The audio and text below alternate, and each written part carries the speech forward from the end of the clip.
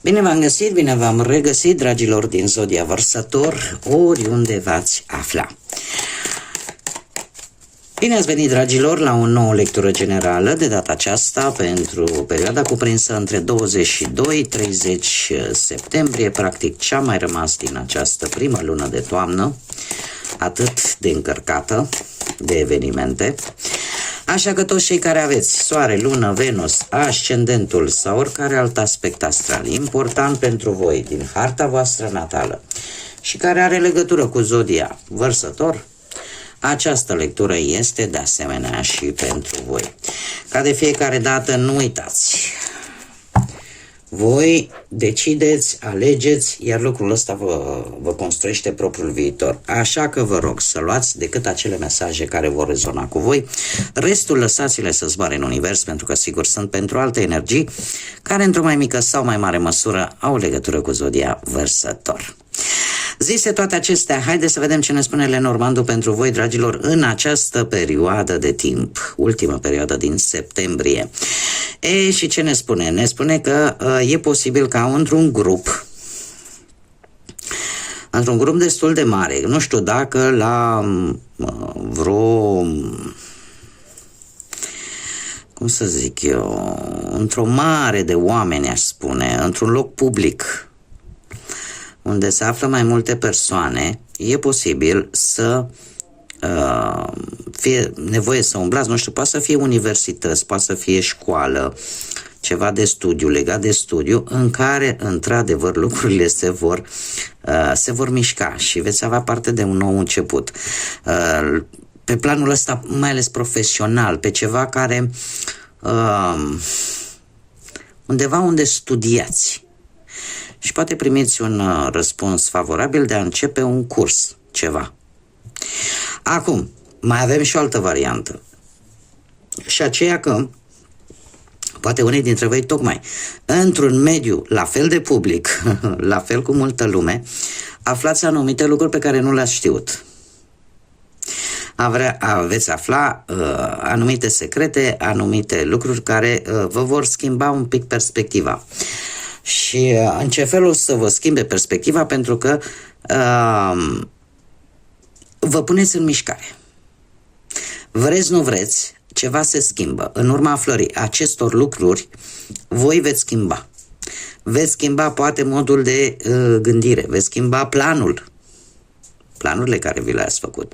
Poate să fie vorba și de schimbare chiar de locație, de casă. Ceva se schimbă. Bun, hai să mergem mai departe și să vedem ce ne spune tarotul. Ce vine pentru dragii mei din Vărsător în perioada 22-30 septembrie inclusiv, pe plan profesional, financiar sau sentimental. Haideți să vedem.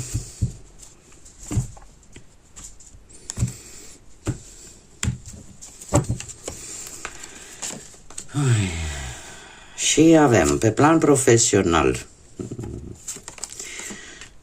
dragilor, nu știu dacă la locul de muncă, orică aveți pe cineva care tot vă caută râcă de ceartă și voi tot încercați să tratați cu indiferență situația asta tumultoasă care se desfășoară cumva în spatele scenei, tocmai pentru că încercați să rămâneți cât mai echilibrați, este foarte interesant. De ce? Pentru că acest 5 de spade, cel puțin în această conjunctură, e ca un lucru bun. De ce? Pentru că, indiferent cine ar fi care încearcă într-un fel sau altul să vă denigreze sau să vă provoace, să faceți o greșeală, să vă provoace să, nu știu, la tot felul de tensiuni, da? Chiar dacă lucrul ăsta e cumva total nedrept, voi reușiți într-un fel sau altul, adică îl veți lăsa, bun, ai câștigat, ai câștigat, e ca și cum ei zice aparent, bucură-te că nu ai să te bucuri mult, pentru că cinciul de spade este cartea care mie îmi place cel mai puțin, dar trebuie să existe pentru că ea prezintă un aspect important în tarot. Și până la sfârșitul lui septembrie, cu acest 10 de cupe, se pare că tu vei demonstra tocmai prin această înțelepciune de a-i lăsa pe ce, adică efectiv știți ce bătălii, unde trebuie să te zbați și unde nu. Îți alegi cu mare grijă luptele. Nu îți pierzi timpul cu nimicuri sau cu oameni fără caracter. Iar asta te va ajuta pentru că până la sfârșitul lunii îți vei arăta importanța la locul de muncă, îți vei arăta importanța vis-a-vis de asociații voștri. Oamenii, cum să spun eu, vor avea încredere în voi. De asemenea, dacă e vorba de o competiție, poate că unii dintre voi luptați, nu știu, tot dați interviuri pentru a obține un job și apare într-adevăr această tensiune. E perfect normal, nu? Poate că e o competiție aici pentru un post. Dacă voi sunteți stăpâni pe activitatea voastră, ceea ce se vede și o faceți cum trebuie și probele pe care le dați și interviul pe care îl dați, lucrurile vin, desigur, vei fi anunțat până la sfârșitul lui septembrie de găsirea unui job destul de satisfăcător, aș zice eu. Și asta pentru simplu motiv că voi și în acest moment sunteți mult mai preciși, mult mai atenți pe ceva anume din punct de vedere profesional și nu vă înșirați așa pe foarte multe activități, iar ce se întâmplă în spate deja nu acordați importanță. Exact cum am mai spus, vă alegeți cu foarte mare înțelepciune bătăliile. Hai să vedem cu banii. Cu bănuții. Cu bănuții avem, foarte interesant, avem deja două arcane majore. Două arcane majore reprezentate de zodii. Odată avem zodii de foc, care chiar se repetă, zodia leu, săgetător sau berbec. Și avem aici zodia rac. Asta poate să rezoneze cu unii dintre voi în ceea ce privește finanțele, în ceea ce privește bănuții. Acum, forța ne vorbește de, pe partea asta a banilor, eu aș spune că oarecum așa, ori ai cumpărat ceva de valoare, ceva de valoare care este în evidență, nu știu, eu tind să cred că ați cumpărat, nu știu, un mijloc de transport, că e o mașină mică, mare, nu știu, ceva, un mijloc de transport. Și a fost așa, ca o lovitură de noroc. Da? Că ați reușit să luați acest lucru.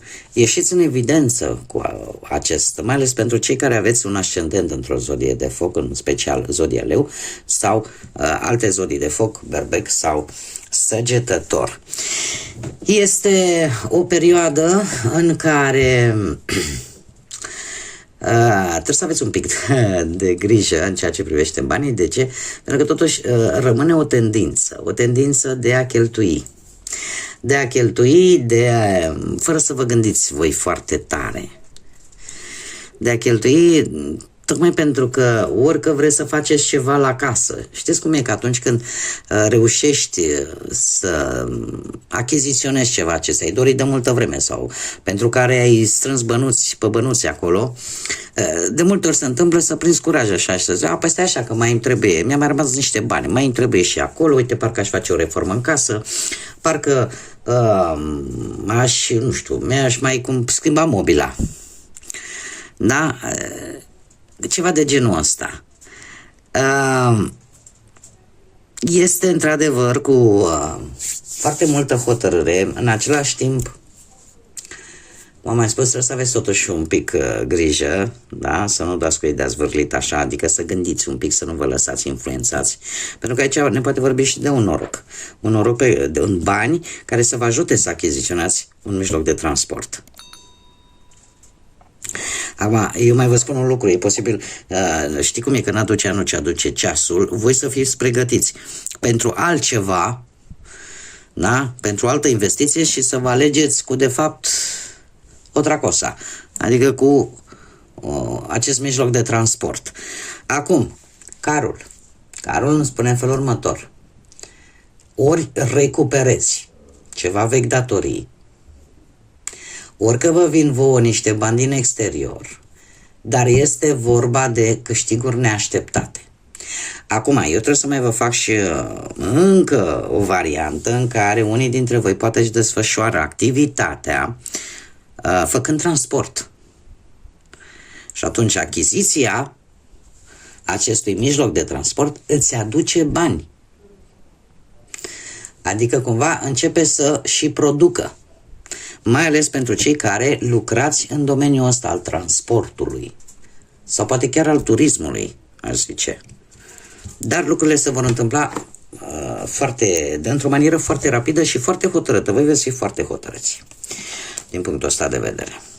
Haideți să mergem mai departe și să vedem pe parte sentimentală cei care sunteți deja într-o pereche. Cei care sunteți deja într-o pereche, trebuie să vă spun că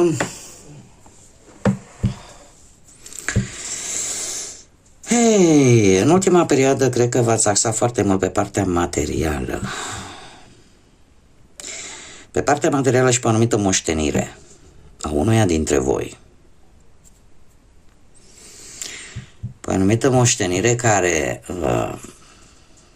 moștenire din trecut. Nu știu, are o perioadă mare de timp. Haideți să o luăm cu începutul. În ceea ce privește relația, posibil să fie destul de solidă, per general. Unii chiar s-ar putea gândi chiar și la oficierea acestei relații cu o posibilă cununie civilă sau chiar cu planul de nuntă. Dar ce trebuie să vă spun eu? Că există un interes material. Ceea ce până într-un punct nu este nimic rău. Dar există într-adevăr un interes material. Acum nu știu dacă e de la voi sau dacă e de la perechea voastră, pentru că vorbim de două energii. În schimb, avem ceva care vă blochează în trecut. Orică e vorba, cum am mai spus, în relație de o moștenire și asta nu prea, cel puțin în acest moment, uite, nu dați voi pe din afară de mare sentiment și mare emoție, pentru că sunteți preocupați de această situație. Sau, pur și simplu, unii dintre voi aveți o nostalgie a trecutului. Din punct de vedere emoțional, simțiți, nu știu, că ceva parcă vă lipsește. Și la un moment dat, unul dintre voi va începe să-și pună niște semne de întrebare. Să zică, dom'le, de fapt, timpul ăsta, aici cineva așteaptă și un pic de emoție. Nu doar o viață materială bună. Cam aici vreau să ajung. Există această nostalgie a trecutului, nu vine așa porchesii. Ea vine pentru că ceva lipsește. Și din câte văd aici, predomină monezile, lipsesc oarecum emoția, sentimentele. Și că unul dintre voi are această lipsă, simte această lipsă și face așa multe excursii mental în trecut. Poate cum erau lucrurile atunci. Apare cu acest 7 de monede ideea, domne, ce fac? Mai pierd timpul? E ca și cum ai zice, domne, am investit, bun, aștept să văd rezultate, dar parcă rezultatele cumva pe care tu le aștepți, cumva parcă nu mai apar. Eu ce pot să vă spun, că nu este un drum fără întoarcere, ca să zic așa, da? Pentru că resurse există. 7 de monede ne vorbește despre această ușoară înclinație, domne, ce fac? Mai aștept, nu mai aștept, dar asta nu înseamnă că nu sunt resurse.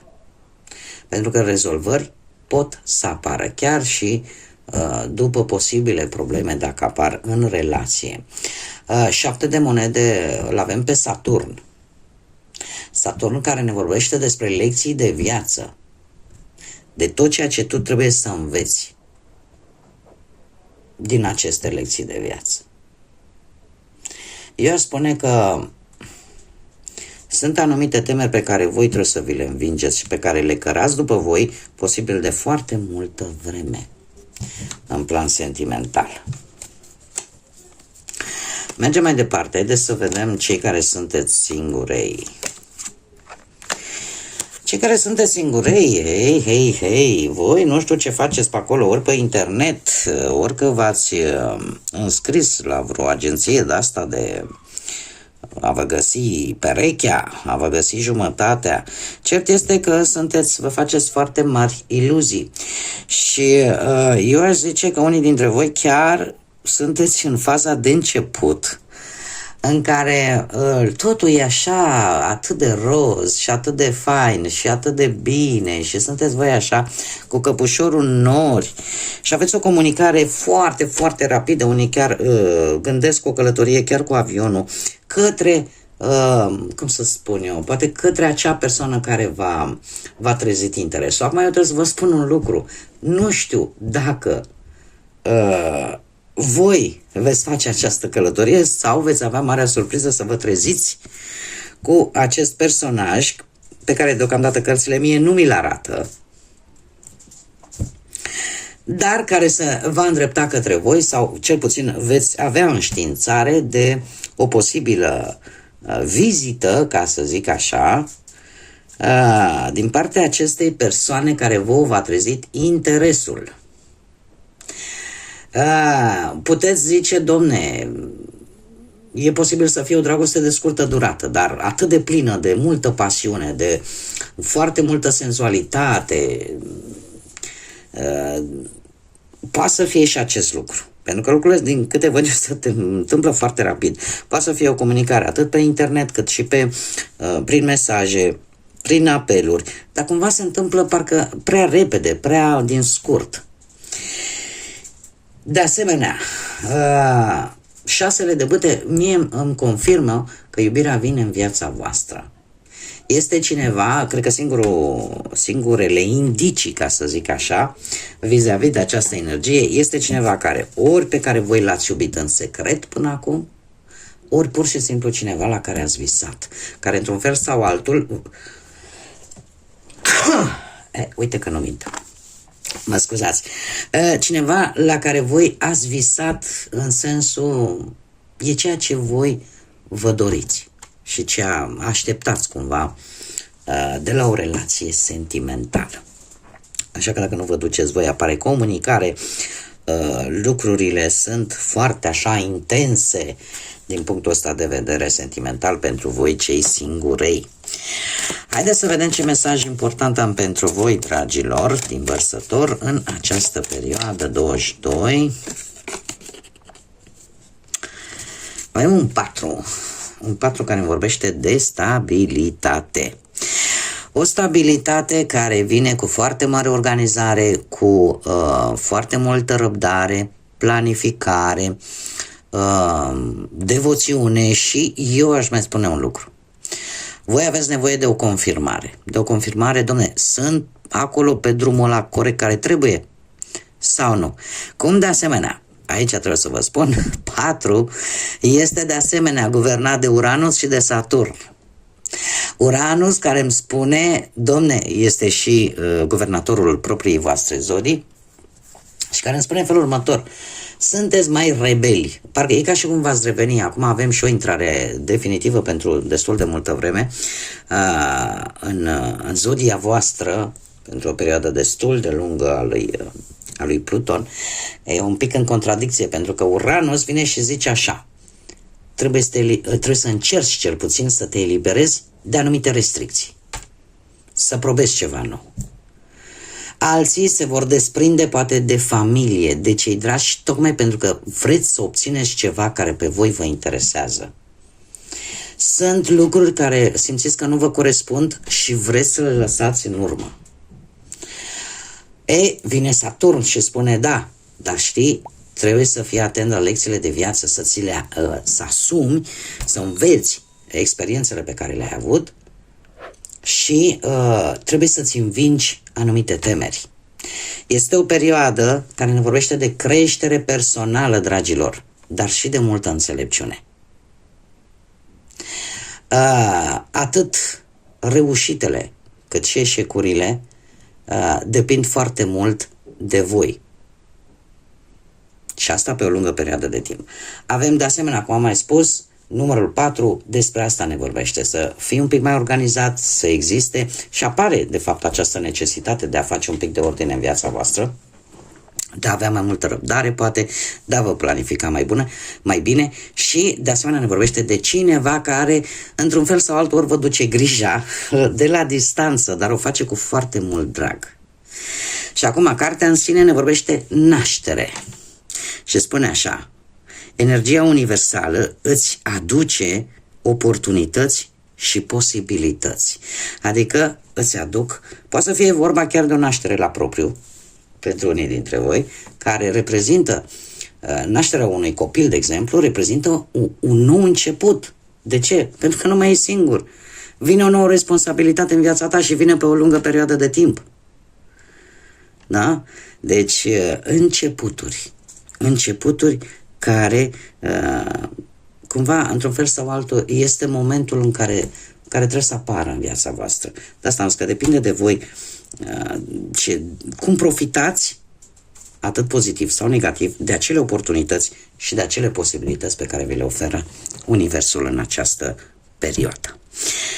Bun, dragii mei, cam atât am avut pentru voi pentru această ultime zile din septembrie. Eu vă doresc ca acest final de septembrie să fie cât mai liniștit, cât mai plin de tot ceea ce voi vă doriți. Și o mică uite că nu vreau să zic o tâmpenie acum, că mi se întâmplă, nu trebuie să mă judecați pentru asta, mai pocesc cuvintele românești, nu pentru că vreau, ci pur și simplu creierul meu, stând atât de mulți ani între străini, mai omite anumite cuvinte românești. Deci, ca să nu fac vreo tâmpenie, este hai să zicem neapărat un sfat. Bine că și dacă ar fi un sfat, depinde de voi, dacă vreți să luați în considerare sau nu. Dragilor, dacă nu puteți face bine unei persoane vis-a-vis de o situație, indiferent despre ce vorbim, cel puțin nu faceți rău. De ce spun acest lucru? Pentru că experiența pe care am avut-o acum câteva zile pur și simplu mă face să mă gândesc. Am spus-o, cel puțin în acest set de lecturi, de la Berbec până la voi, mai am pești și termin cu acest set de lecturi. Am spus-o la fiecare zodie pentru că vreau să cred că suntem mult mai mulți cei care nu împroșcăm cu noroi și cu venin, fără să avem nicio justificare, fără să ne provoace nimeni. Și eu niciodată n-am să înțeleg, la unele persoane le compătimesc într-o mare măsură, dar le compătimesc până la un punct, după care, dacă tot continuă, atunci trebuie să suporte și consecințe, pentru că trebuie să pui la un moment dat o limită. Da? E chiar sănătos să punem limite. Așa că, dragilor, nu puteți face un bine, nu e nicio problemă, dar cel puțin nu ajutați la un rău mai mare. Pentru că karma așa funcționează. Karma este de fapt, știu că mulți dintre voi înțelegeți, dom'le, karma, dacă eu fac acum ceva greșit, până îmi vine înapoi. De fapt, ideea care este? Energia pe care noi o emanăm în univers, la un moment dat, se va întoarce la noi, pentru că, nu? Totul e ca o roată, se va întoarce la noi de 2-3 ori mai puternic. Așa că emanați, dragilor, energie pozitivă.